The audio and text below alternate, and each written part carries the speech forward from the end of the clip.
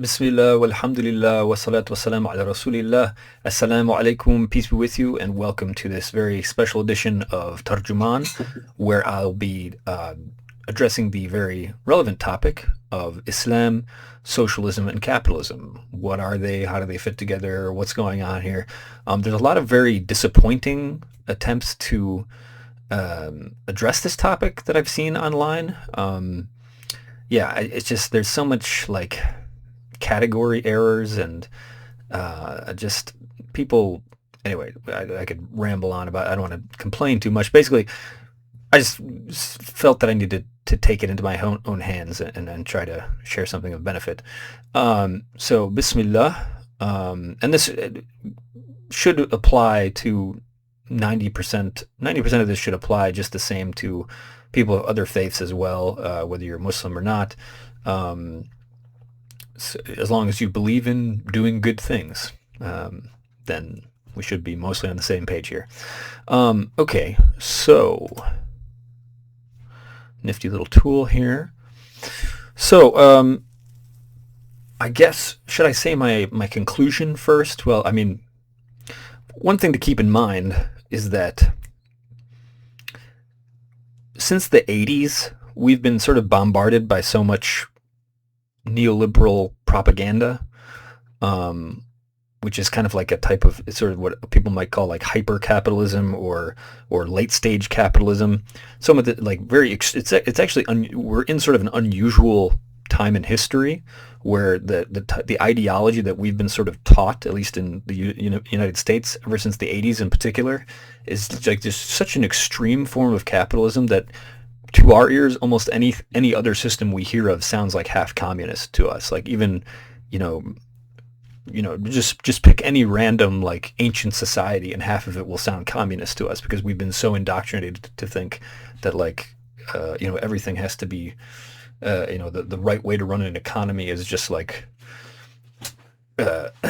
purely by corporations. But anyway, so. So yeah, that's one thing to keep in mind. So yeah, pretty much because we're in such an extreme capitalist right-wing type of system right now, pretty much anything we do to push the other direction in a left direction is good. So, and I'll get into explaining a little bit more of what I mean by that. I guess I can briefly say that. So when we talk about left and right wing in politics, there's a lot of weird, I guess, like stereotypes that fly around. And I guess they're not exactly, they're kind of a spectrum, not exactly mapping onto socialism and capitalism per se.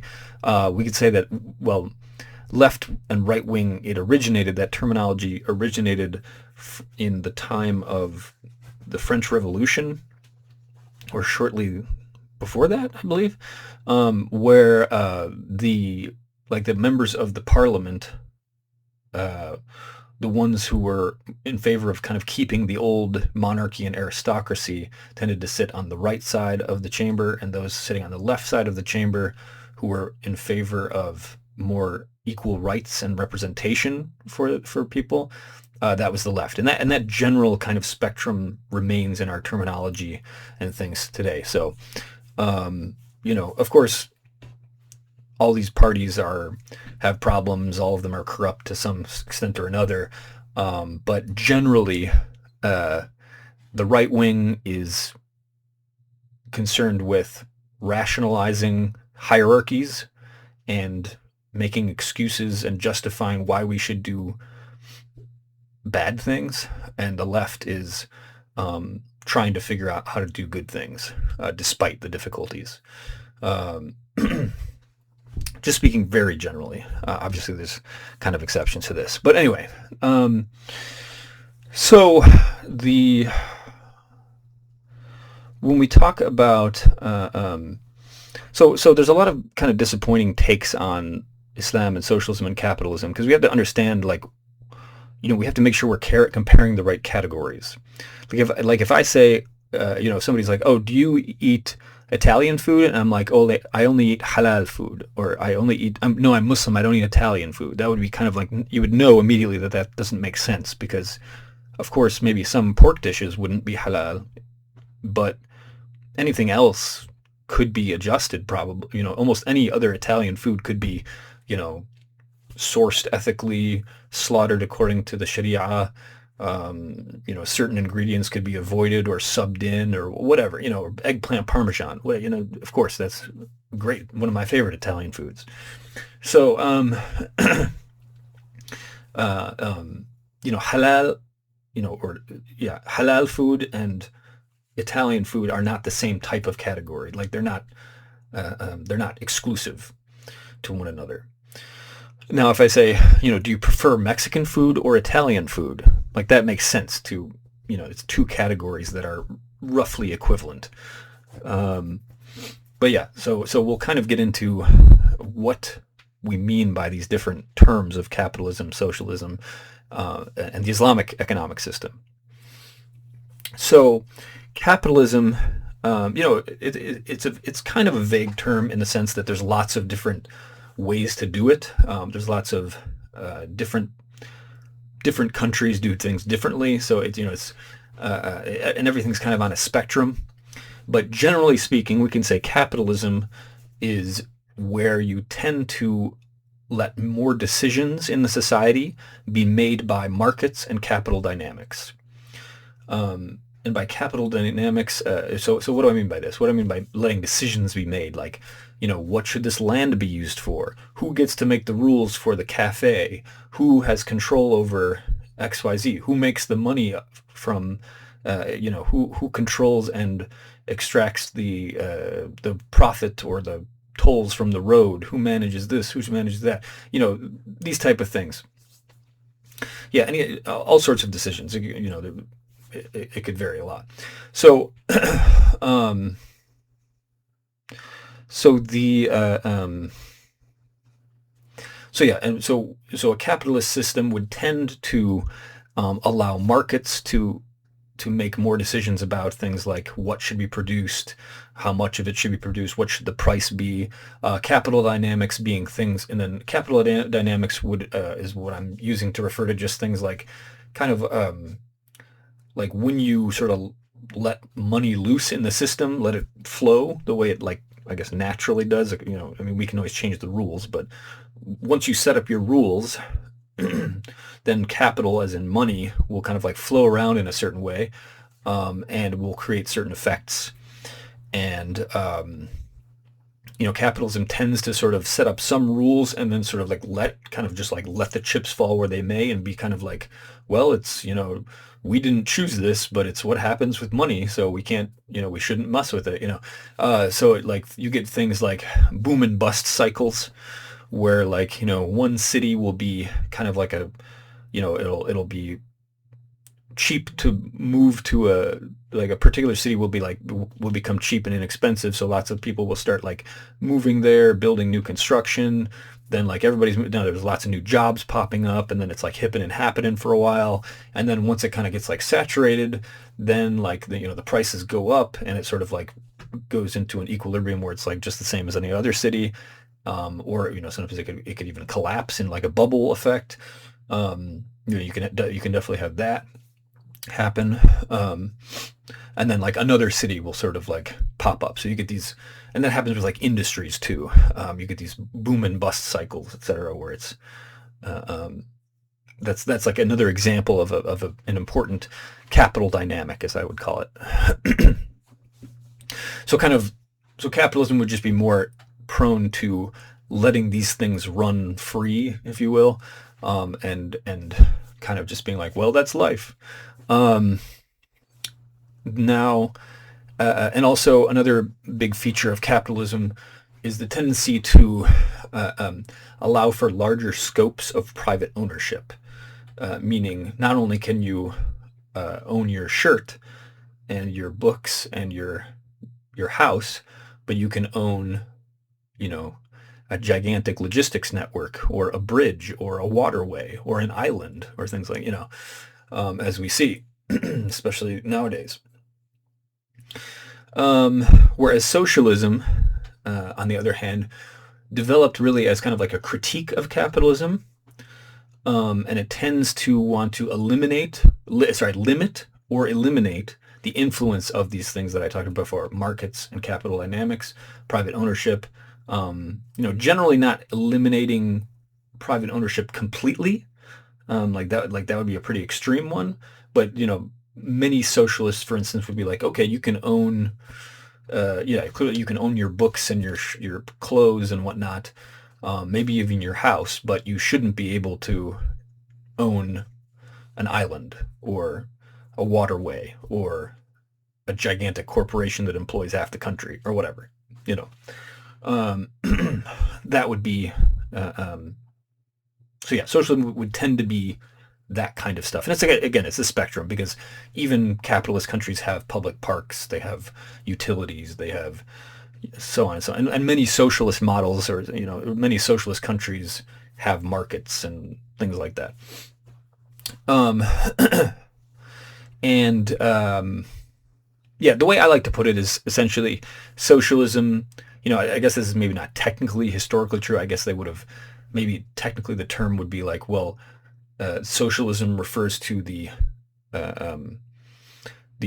social control of the means of production, meaning, yeah, again, that the large sort of like factories and waterways and large parts of the society that like make it chug cannot be owned by like a small, tiny minority of wealthy people.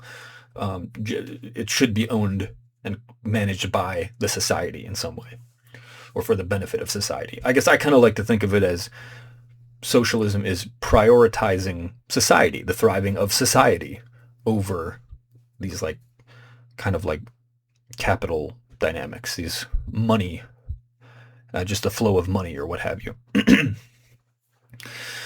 So, and yeah, the range of the decision making, if you're not going to run things just by markets or what have you, if you're going to make decisions about, what land can be used for what, etc.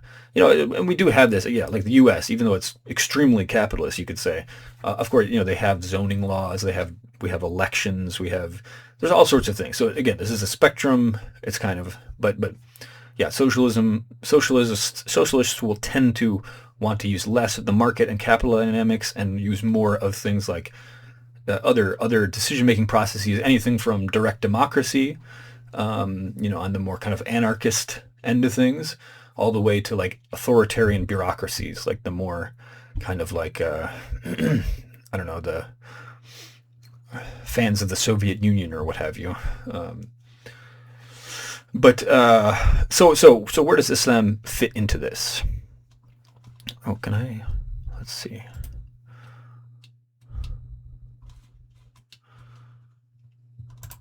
There we go. No. Yeah. All right. So where does Islam fit into this? So yeah, again, we should remember socialism and capitalism are not like eternal principles. They are systems that have happened in history. So of course there are spectrums. Every system is going to have similarities and differences with other systems. So we don't have to think of So when we're thinking about how these categories should fit together or interact with each other, we should remember that Islam has certain scriptural fundamentals, and then there's other kind of like tools of interpretation and adaptation to different situations, etc.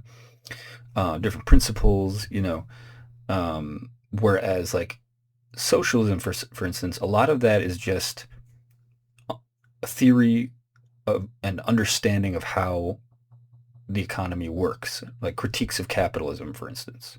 So like, you could very easily argue that, the Islamic attempt to establish just economics, justice in economics, could be through Marxist theory. Like there's no contradiction there. What Marx was doing was essentially social science. You wouldn't say, oh, physics is un-Islamic or something. Maybe if your physics theory said that, I don't know, humans have to eat pork or something, but that wouldn't make any sense. And granted, while one instance of alleged socialism, many socialists would argue that it wasn't really socialist, but the Soviet Union, they did have a sort of state atheism, but you can always adjust it. There's no reason it has to be atheist. Um, there have been many religious socialists throughout history. Yeah, and we should remember, like, what do we even mean by Islamic economics? Basically, it's a combination of, and there's different ways to do Islamic economics as well. There's different opinions, scholarly opinions. For the most part, we can say Islamic economics comes from certain precedents of the Prophet, alayhi salatu salam, peace be upon him, certain teachings of his or rulings of his that refer to economic and business matters, and then also the precedents of the khulafa, his successors, and the pious leaders after them, kind of like established a tradition, just like how, in the U.S. we have the Supreme Court and they sort of build on precedents from before, and sometimes occasionally will overturn things if they feel the need to, etc. But, you have a tradition that refers back to precedent and etc., etc. So the Islamic tradition is, as it's manifest in history, is a set of precedents that have evolved over time, and we should also kind of note that, like, I guess for when we're thinking about how to apply things in the modern day, we should realize that, for instance, the Prophet ﷺ, many of the things he did when it came to business and economics were not things he invented out of, or things that came out of nowhere, but rather a lot of times he was, basically teaching people to have ihsan, to have like excellence and justice within, using mechanisms that already existed. Tribute, jizya already existed. I'm sure there was probably wealth taxes of some, zakat is essentially a wealth tax. I'm sure there were wealth taxes other places. Things like, what else? Well, anyway, basically, yeah, a lot, without going too much into economic history, which I'm not equipped to do, but I can, we can leave it at that many of the things, many of the systems that the Prophet ﷺ continue, many of them, his teachings refer to, like, perfecting or just behaving justly within systems, economic systems, and with economic mechanisms that pre-existed, like a market, for instance. Like, how do you do things well at the market? Markets weren't created from the Quran, for instance. Anyway, so yeah, and to kind of return to, I think, the note I made at the beginning is that when we hear about stuff from pre-modern, or not even pre-modern, like anything before the 1980s, really, like, because, so the 1980s is just, and later is just a very unusual and just extreme period in history where the neoliberal, as it's called, neoliberal ideology of the U.S. empire has been, it's just this like hyper capitalism where, it's kind of taking the definition of capitalism that I said before and sort of taking it to an extreme that I don't think has ever existed in history, really. Even say Adam Smith, who's said to be kind of like the father of modern, or the father of capitalism in many ways, like, he even advocate, like, if he saw today, he would be like, whoa, what are you guys doing? Like, this is super irresponsible. He advocated for, regulating banks, and or a lot of times he thought that banks would operate in operation under, like, rational self-interest, which would, like, keep them from doing reckless stuff that would, like, destroy the economy. But as we've seen, he was wrong on that.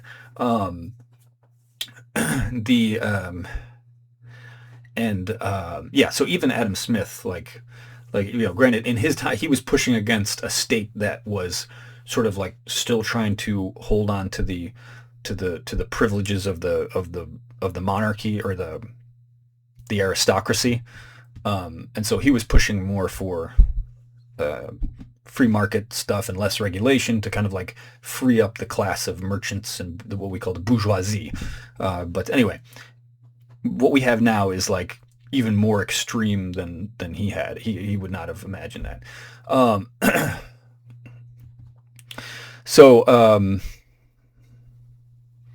yeah, I mean, if you actually study like the founding fathers of the United States, like, and compare them to now, like, you know, George Washington would have had Ronald Reagan hung for treason, like no doubt, with all the like Iran Contra nonsense, and they would have been the founding fathers would be rolling in their graves like about all this crazy neoliberal stuff. But anyway, that's a little bit of a ramble. Anyway, because we're so like indoctrinated by neoliberal propaganda since the 80s about how like everything in society, like free markets fix everything. Free markets fix everything. Just let the money flow. Just let corporations do whatever they want. Citizens United, that corporations are people who have the free speech to spend unlimited money on electoral candidates and blah, blah, blah, all this kind of stuff.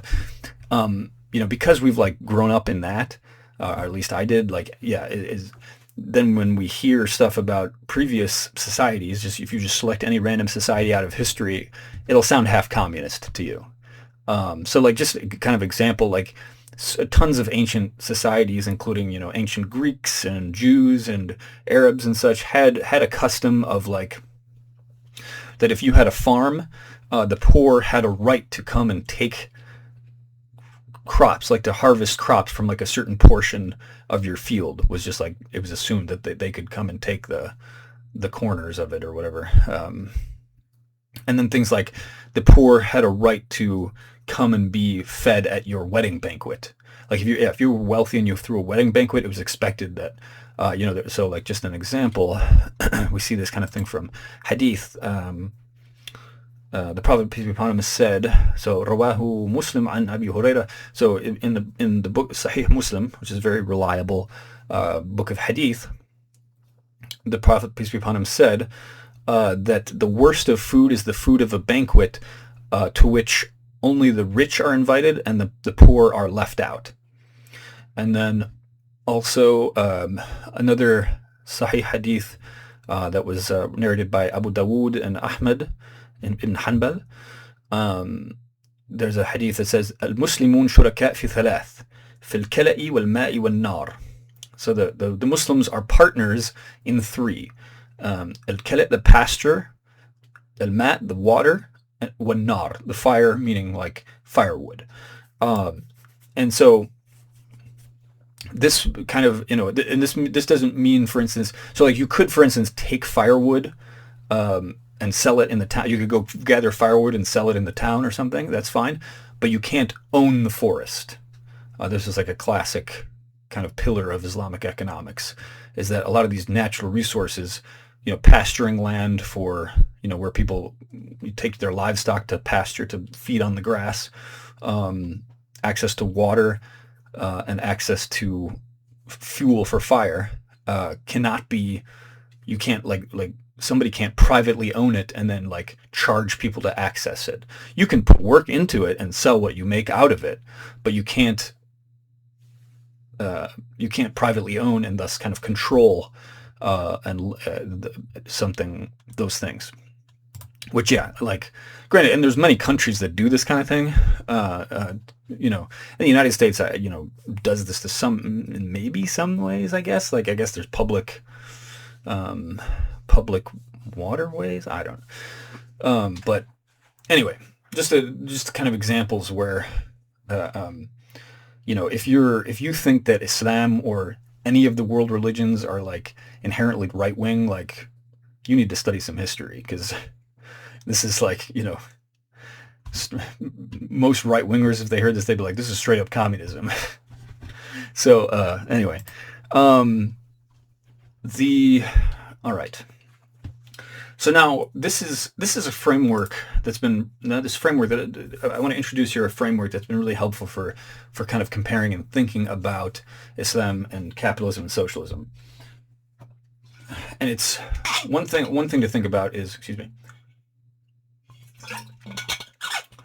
understanding that, so kind of you could say, natural or very common dynamic process that happens is power and wealth tend to attract power and wealth. If you've ever played the game of Monopoly, or many other board games have these type of effects where, it's the rich get richer and the poor get poorer. In Monopoly, the more money you have, the more properties you can buy, which means the more times people will land on your property, which means you get more money, which means that you can buy more properties, which you control more of the board. So there will be this rich get richer, poor get poorer dynamic, which in very capitalist societies is sort of let to run off the rails and create extreme inequality.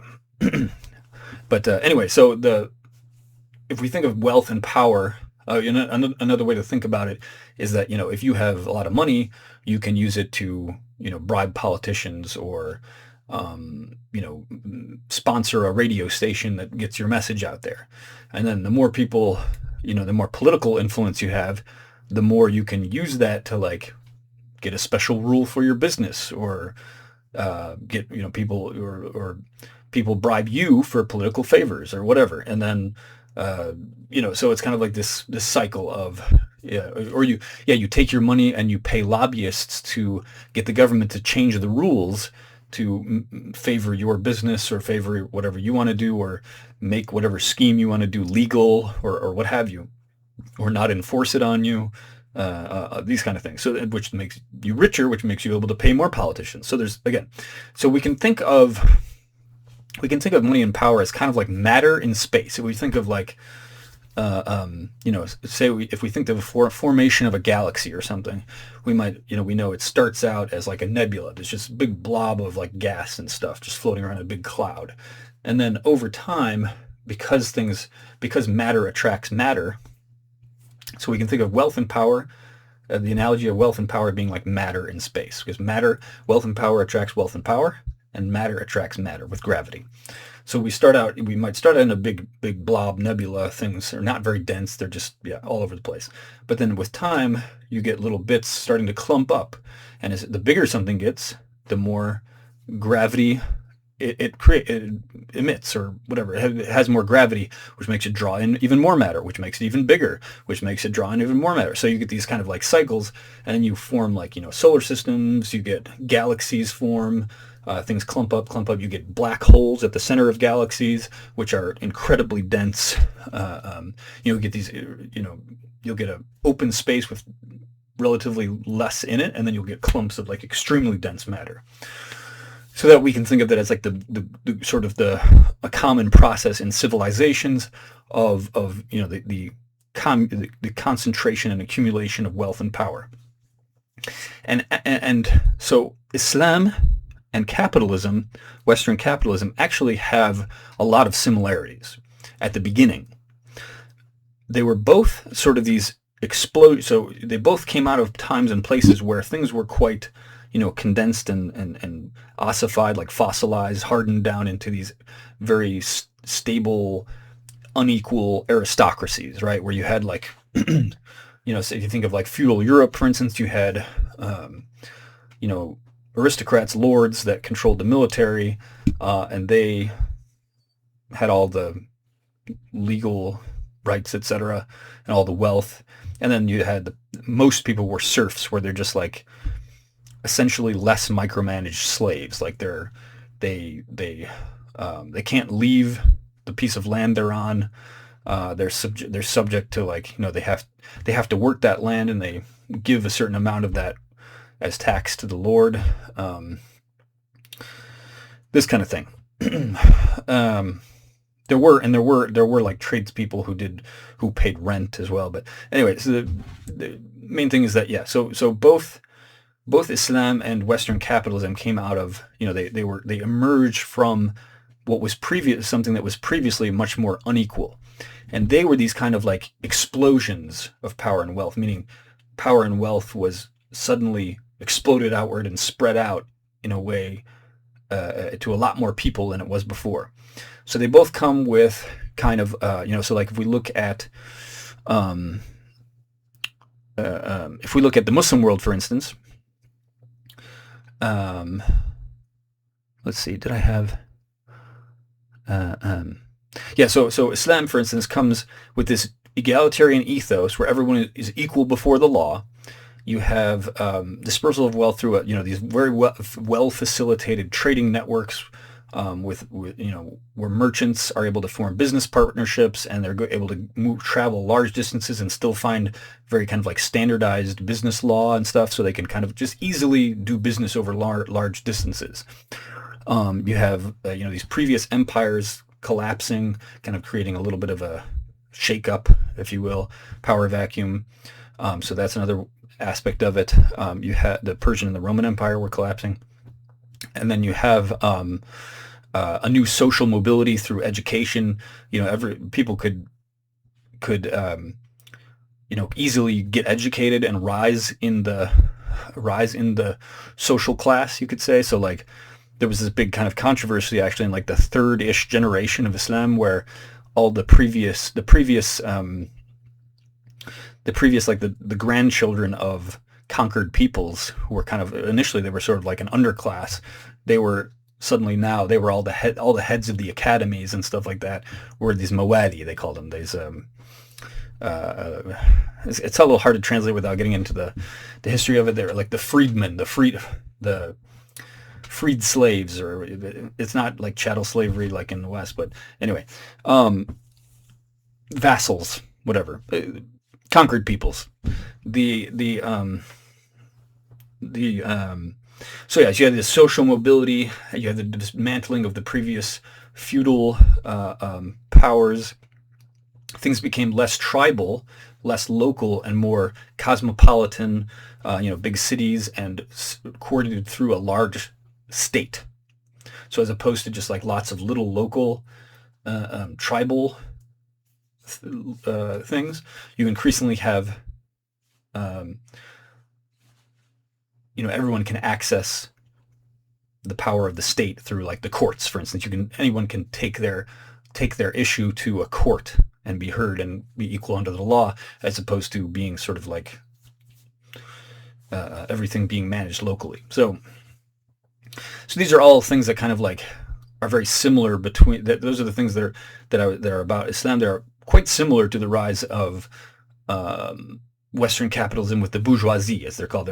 They were essentially the kind of like the merchants and tradespeople started becoming more rich than the monarchs and the aristocrats, and eventually were able to kind of like leverage that into saying, well, okay, king, if you want our money, you're going to have to let us help you make decisions. And they started forming parliaments and things, and had revolutions and all these things.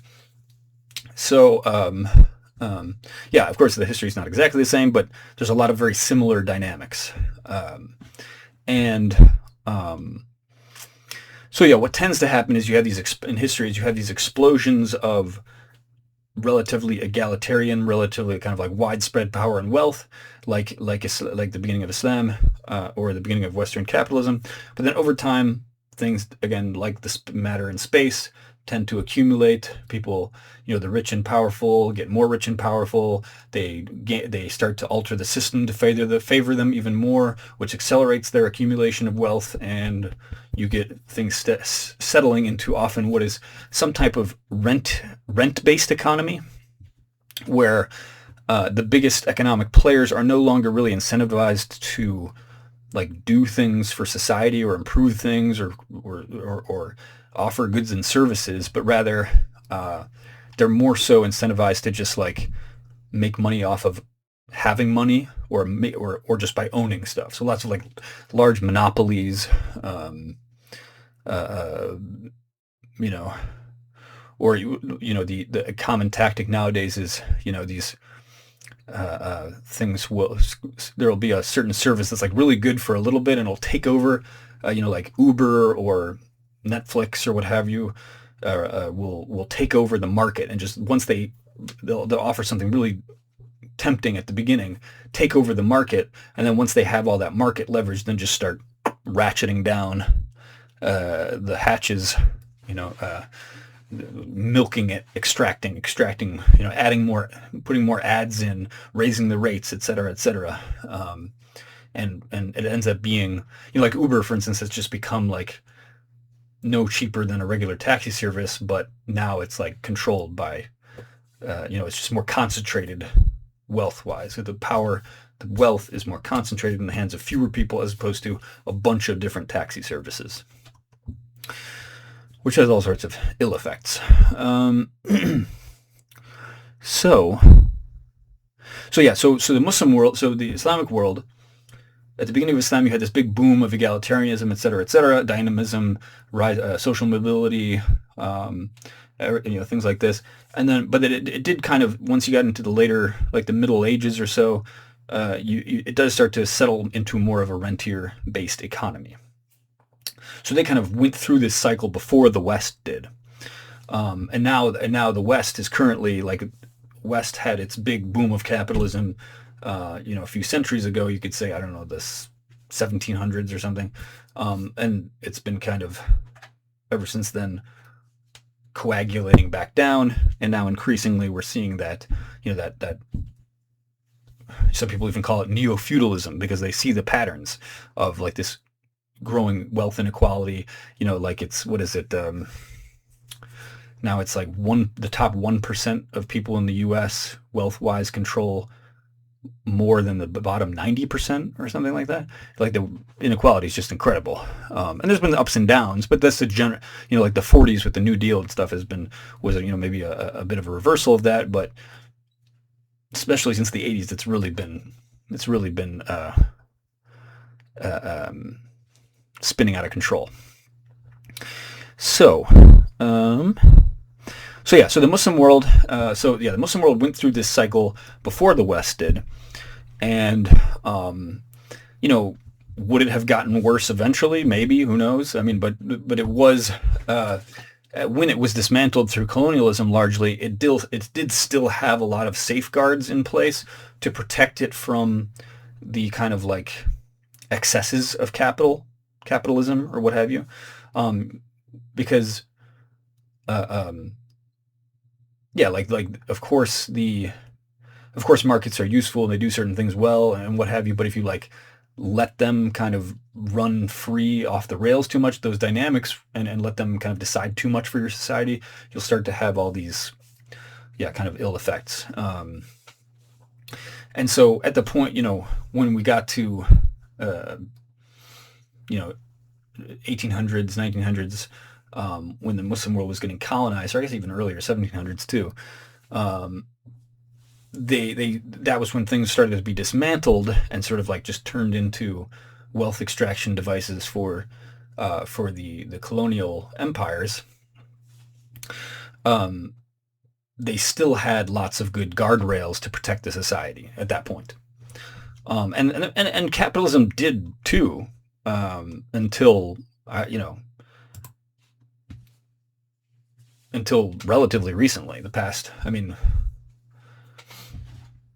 Things probably ran out of control quite a bit in the 1800s, and then they maybe were clawed back a little bit around the 40s, etc., with the New Deal, FDR, etc., but since the 80s in particular, it's been rolling downhill real fast.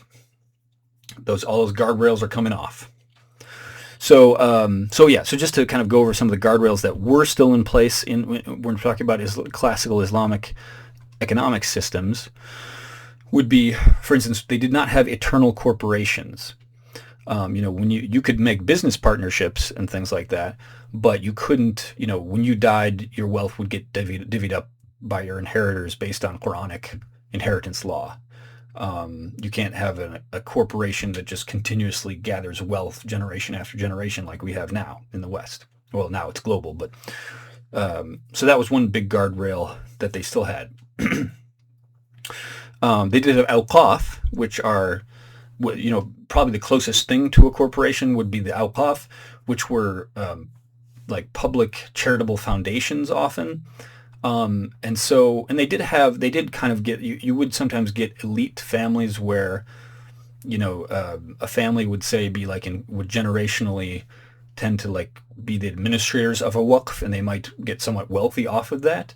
But it was probably a bit more limited, because they, often there were like terms about, how much, what percentage, or how much even how much the administrators of the Alqaf could take, and also these are non-profit things essentially. So like, what's better, an eternal profit-driven organization, that just like accumulates and accumulates from generation to generation, or a charitable nonprofit that, yeah, it does get there is some accumulation of wealth among the administrators of that thing, but its overall function is still serving like a charitable nonprofit function. So it's, of course, this is the dunya, this is the world. It's not perfect, but it's 9 times out of 10 going to be better than a for-profit corporation for the effects of society. And then let's see, what are the other guardrails? The mandated inheritance system. So if you get really wealthy in your life and you have 6 children, guess what? I think the minimum, if I recall, is like at least. I mean, I think the ulama have different opinions about either all of your wealth, or maybe it was, I think it's 2/3 of it at least have to be divvied up among the 6 children, and you can kind of like in your will you can leave 1/3 of it how you choose or something, if I recall. Somebody can correct me on that in the comments, but more or less, a lot of your wealth is just getting divvied up among your children and your spouse and your other close relatives, and it's not in a perpetual corporation. And corporations also, kind of like protect people from accountability, which is another big problem. Whereas the business ventures, you're still liable as a person in these business ventures. Mandated and riba, interest, allowing for interest. This is such a terrible aspect of the Western economic system, because of course, already, even without interest, you're going to have certain ways in which the rich get richer and the poor get poorer dynamics will still happen, but this just sort of makes it, facilitates it. It's just straight away, you're kind of hacking the economic system. If we think of money as sort of this thing that's supposed to represent our contribution to society, and thus you get kind of rewarded for that, the allowing for interest allows people to make money off of having money, which is, again, that's just exacerbating the whole rich get richer, the poor get poorer dynamic like crazy. So yeah, riba was, the protection from, or the outlawing of riba in Islamic finance is a big thing. Zakat, which is wealth tax, is another big thing. Whatever. The more wealth you accumulate, you have to pay a tax on that. And then again, no private ownership of public goods like natural resources. Idle land can be reappropriated. There are some things like that in like America, for instance, but I don't think it's done very much. And then, another really big thing is a lot of limits to speculative financial instruments. So another huge issue we have with the Western economy is all these goofy financial shenanigans where you can, which are, again, kind of born out of interest to some extent, but a big principle in Islamic law to protect against this is that you can't sell what you don't have. So you can really prevent the formation of big bubbles and weird effects of kind of creating imaginary money. It's real money, but it's the value is kind of just all hype and speculation, and it's this weird kind of smoke and mirrors effect where it's, it's ooh, I have this, I don't have it yet, but you should give me money so I can give you money later. And then it's then you can take that money and leverage. Oh yeah, being able to weaponize wealth if you have a lot of money, you can leverage your wealth to then borrow more money, and then you can buy companies with that borrowed money, and then make them pay you and drive the corporation into the ground. and like with these what is it called, um, private equity funds or what have you. Uh, it's just nuts. But anyway, so Islamic law did not allow for any of this stuff. Um, and yeah, and again, capitalism used to have these safeguards, but they're increasingly being stripped away, and just all these crazy things are being allowed. Um, and with the technology we have nowadays, the movement of capital is so is so fast that not only is it getting more unequal, it's just extremely destabilizing for society. Because back in the day, every transaction you make is expensive to do. You have to you know carry Persian rugs on camelback in a caravan for 500 miles or whatever, and you have to like pay the security and, yeah, I got all this stuff. Whereas now you can exchange $1 billion with the press of a button.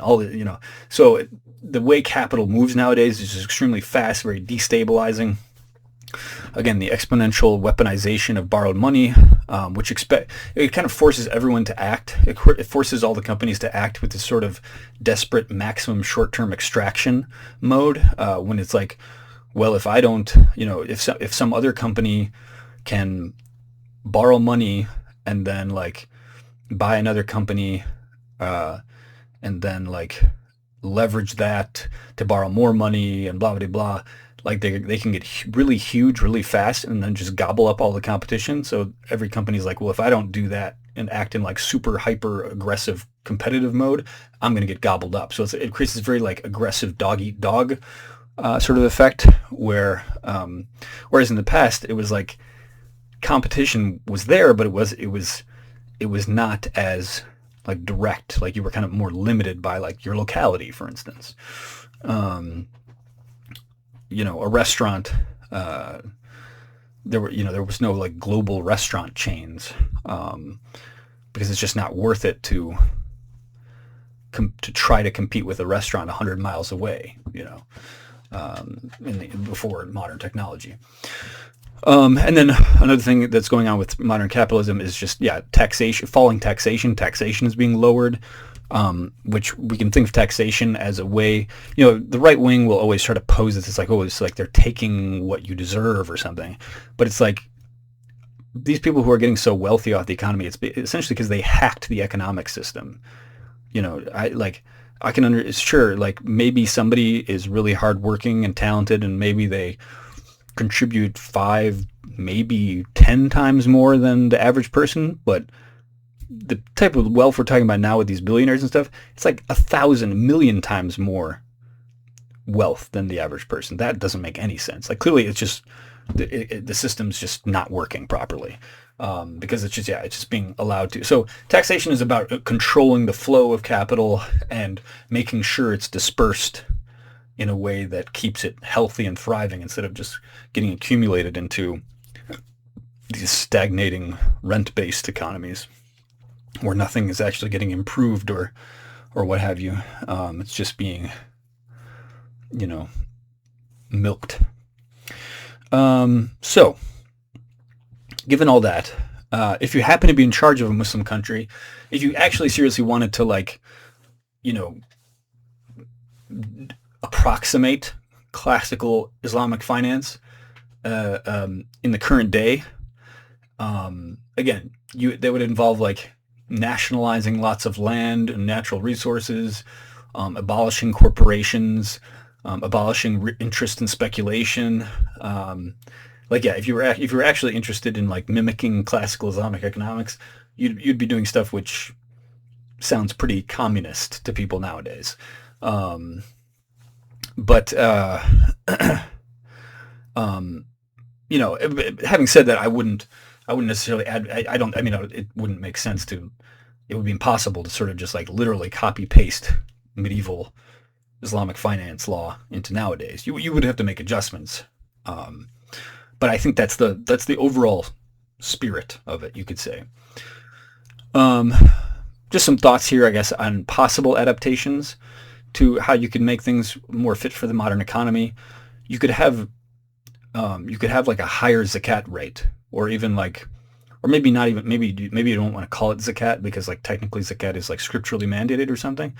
Um, I mean, what you could say, well, I mean, you could justify it. You could just, I mean, wealth is just accumulated so much more quickly nowadays because again, the volume of, or the speed of capital. So you could argue, hey, maybe it made sense to do 2.5% on net income back then, but now with the modern economy, maybe it makes sense to do 5% or more. I don't know, but or you could easily justify, like maybe don't call it zakat, but have an additional wealth tax that would just be like maslaha for the good of the society or something. I don't know.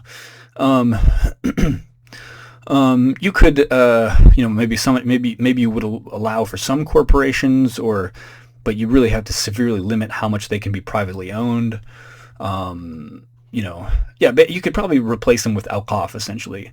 Anything larger than a small handful of people, you don't want to be privately owned. Think of Amazon. Like Amazon is this huge, amazing network of logistics. It's great. Like Amazon is so cool, but it's controlled by what, 20 rich people, and like it's funneling wealth upward to those people, and and yeah, I mean, just to like I guess clear up some of the propaganda.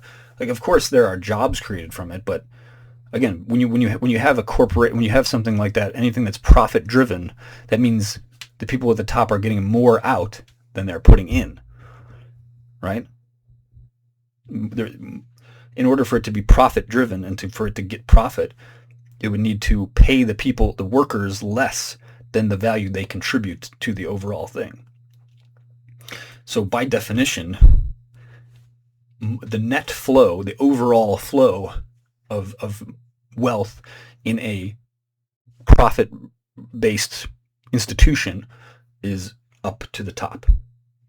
It's extracting it from local, Walmart or whatever is employing 2 million people across the country or something like that, but it's putting local businesses out of business and funneling, and the people who work there are contributing value to Walmart's operation in that locality, but the net flow is sucking wealth out of that local community.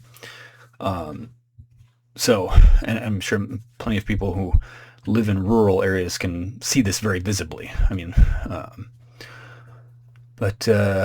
yeah, it's not good. It's not good.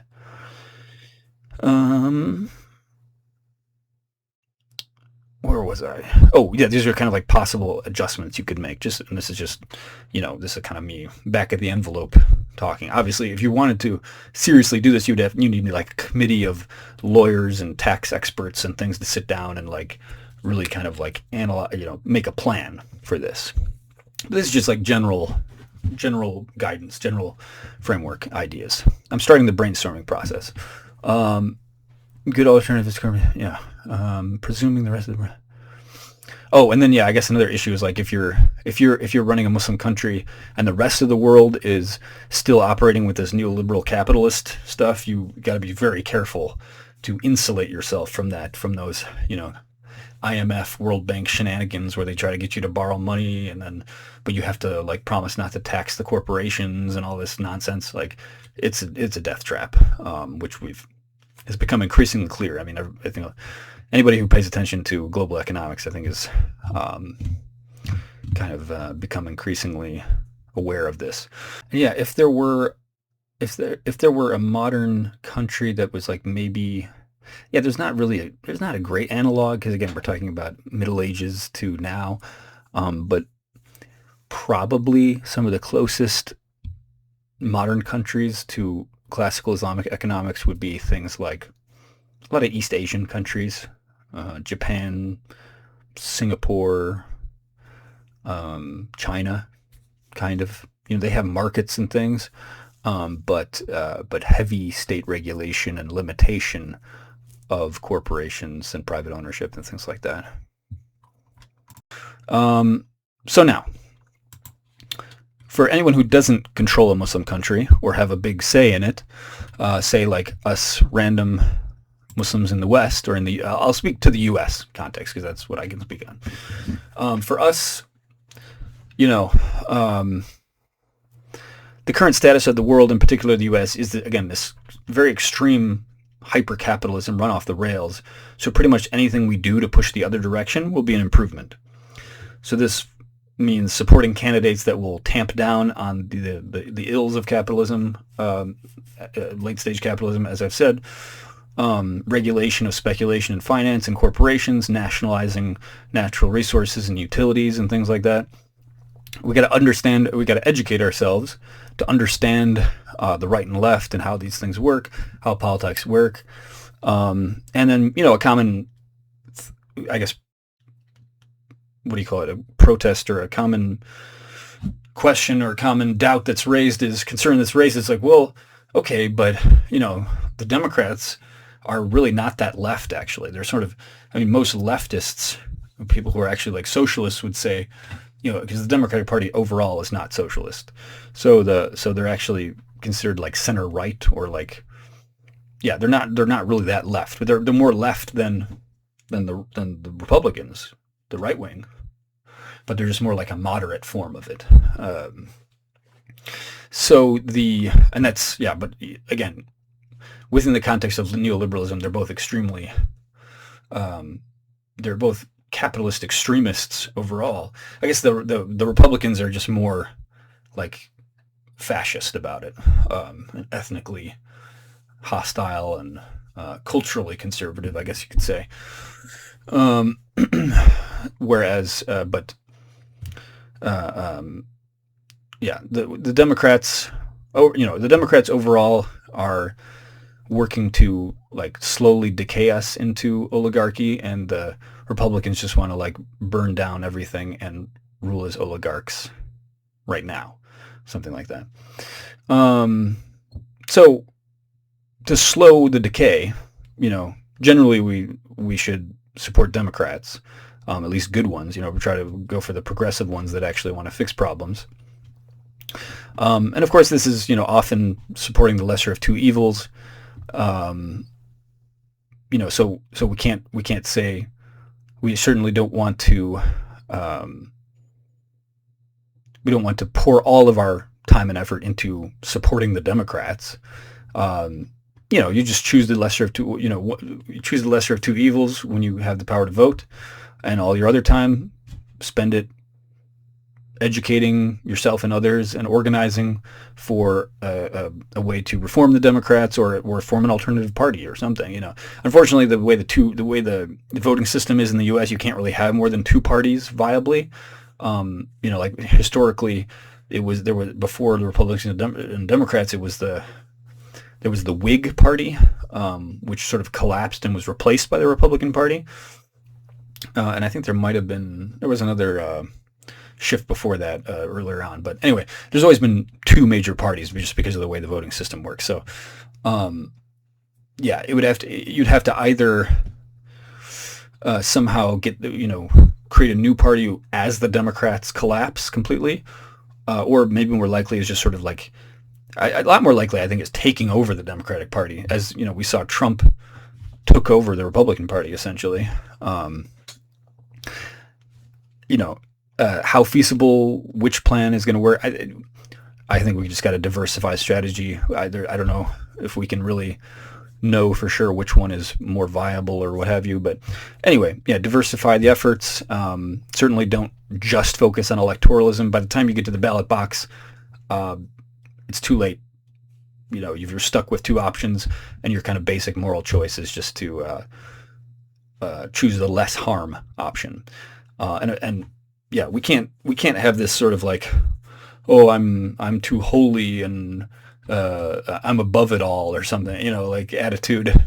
If you don't exercise the one bit of power you have, even if it's not that much, you're just letting somebody else take that power.